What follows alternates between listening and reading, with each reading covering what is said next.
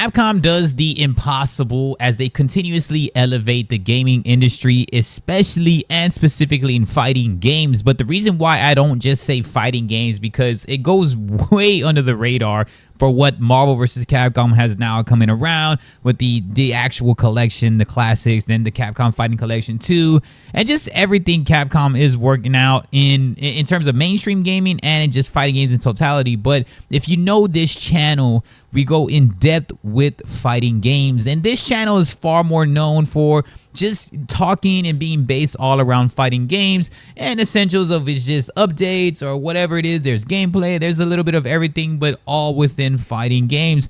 And the reason why we dedicate ourselves to that, and if you haven't been here, there's some of y'all that are familiar, we hold community posts, we hold so many things where it gives you the voice in the debates, because devs do look at these videos and sometimes our videos pop off very far. So get involved and come through, man, because Capcom, what they're doing right now, it's just insane. You know, as we hold a debate, or if I listen to your initial thoughts, I always get back to them. I love y'all's insights on it, because we are living in a golden era, and I will continuously say that it is legendary what we are witnessing right now. Capcom had multitudes of interviews, and then they also released additional raw footage of these interviews with rapid fire questions.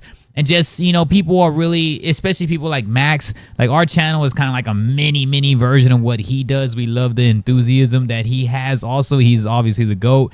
And he talks about like how impossible it was and how much he has been vouching for these games to try and come back. And Justin and these guys that have been pro players and won, or just the top creators in the world. And it's amazing how we are living in this. I stream Tekken and Mortal Kombat far more than I do Street Fighter 6 at the moment. But sometimes I jump on rotation where I'll do like Street Fighter 6 and Tekken, or I'll jump on just Mortal Kombat and Street Fighter 6. It's just either way, the big three right now are really thriving. And a lot of the nod, at least moving forward, is definitely going towards Capcom. And in the way, because it's inspiring to really bring games that were delisted, bring them back to being active, bring in the roots, and showing people that are new generation on how these games actually worked. And you could see the artwork format and everything of these games, how long ago it was, as they obviously adopt the comic book format of Marvel. Before, you know, the Marvel Cinematic Universe was very popular. You know what I mean? But it still looks incredible. Like he talks about, there's some of them talk about how they love Gambit, the drawings, the insights, the delivery, and the fact that these games are actually active again, and what characters they're actually like excited to relearn, especially in a competitive state. Because when you learn characters versus AI, that's one thing, but when you're learning characters to really battle online and think of mix-ups and think of like actual frame traps and rush downs, or just strategic components, or zoning, or neutral game, or footsies, however you play in your gaming play style, and then the mentality part and what mixes are going to work the best and what teams, it's best to just know that you have to relearn everything if you're facing actual people that are massively competitive in this game. And plus the fact that the collection actually has patches and stuff going down in this game. So it is really cool that Capcom is doing that. And I said in my previous videos also just how legendary it is and how much it can inspire fighting games going forward. This is something that was known to be an impossibility, to just say the least, because it was, I mean, we're thinking about this game way back in Sega Dreamcast days, man. Like, that's crazy. And them really taking the initiative of like, you know what, we're going to create all of this content with all the licensing rights and everything like that, like legit, like, you know, something that Mortal Kombat 9 could not really capitalize on when it came to the Freddy Krueger essence. We're going to keep it. We're going to bring it back for the D-list because how big it is and how, you know, how popular Marvel is now.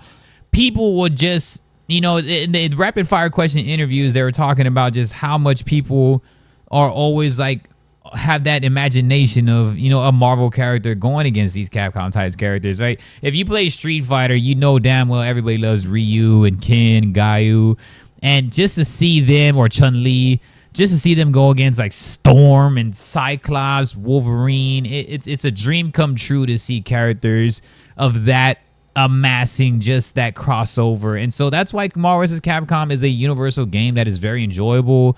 It's also available on the Switch. It's coming to Xbox next year.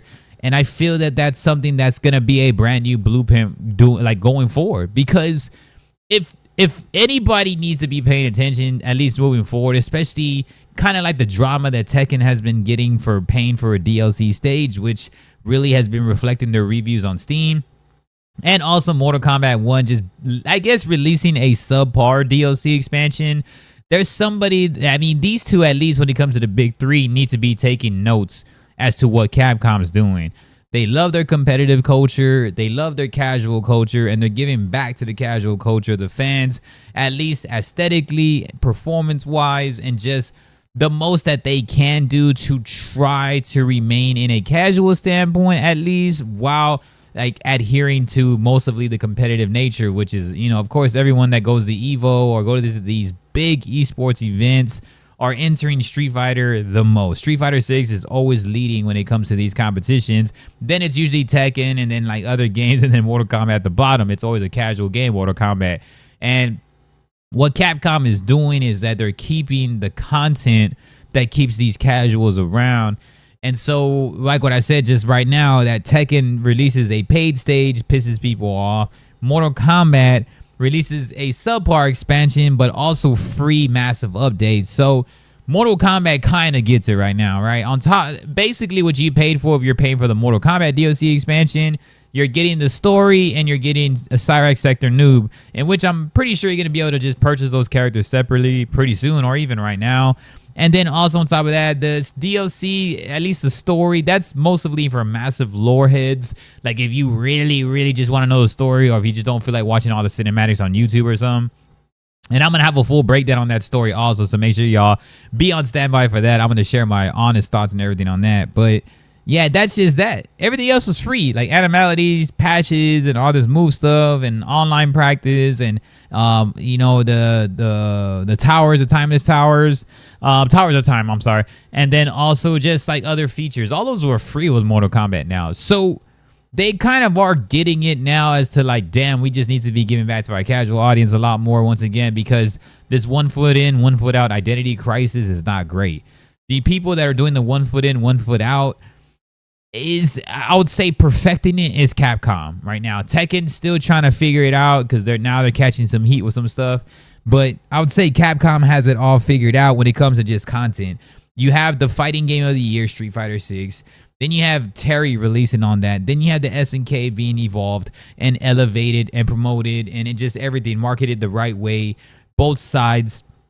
With SNK, with you know, Chun-Li and Ken recently announced going to be in SNK City of the Wolves, and then you just have so much things going down. May going down, and with Street Fighter 6, and that is insanely massive. And so they just get it. Like there's a lot of collaborations going on there, and then you have the main aspect of the topic, which I was talking about earlier, is the fact that you have Marvel vs. Capcom Fighting Collection legitimately active, and it does great.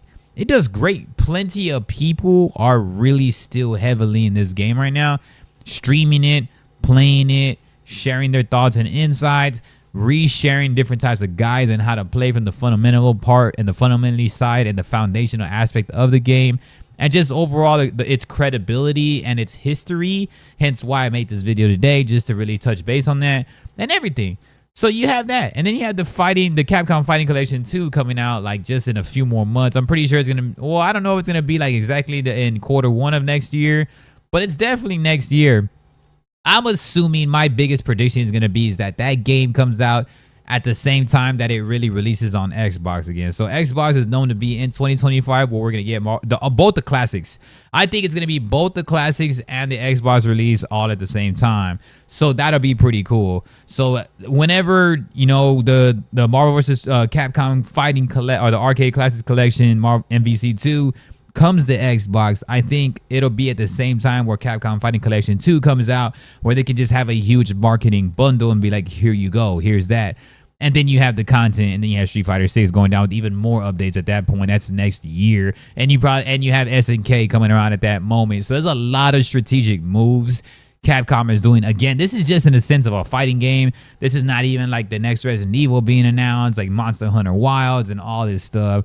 So that's why I love Capcom so much, because the content they're doing at the highest level is still Fighting game fans are hard to really keep, I guess, satisfied, but when it comes to Capcom, they are doing their best with Street Fighter and all around surrounding the brand of Street Fighter. Definitely building themselves up.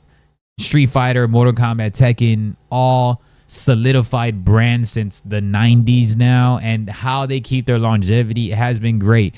Now, Tekken taking some short-term heat due to the paid DLC. A couple apologies have been going around. MK1 was trash at launch. They're trying to come around again. I think they're still figuring it out. Capcom should just be the blueprint, hence why I say they are doing the impossible when it comes to fighting games. All in all, these are all brand new installments. We're looking at the next 4, 5, 6 years to be hanging out with these games. Some of them just passed their year anniversary. Tekken hasn't even passed its year anniversary. And we got SNK around the corner, while Marvel vs. Capcom 2 is active again. Huge news, huge for everything. I'm so excited for who's going to look to Capcom and be like, that's my inspiration. I need to release games like this, content like this, and I need to be the best flawed game that we can be. No game's going to be essentially perfect. Everything has bullshit.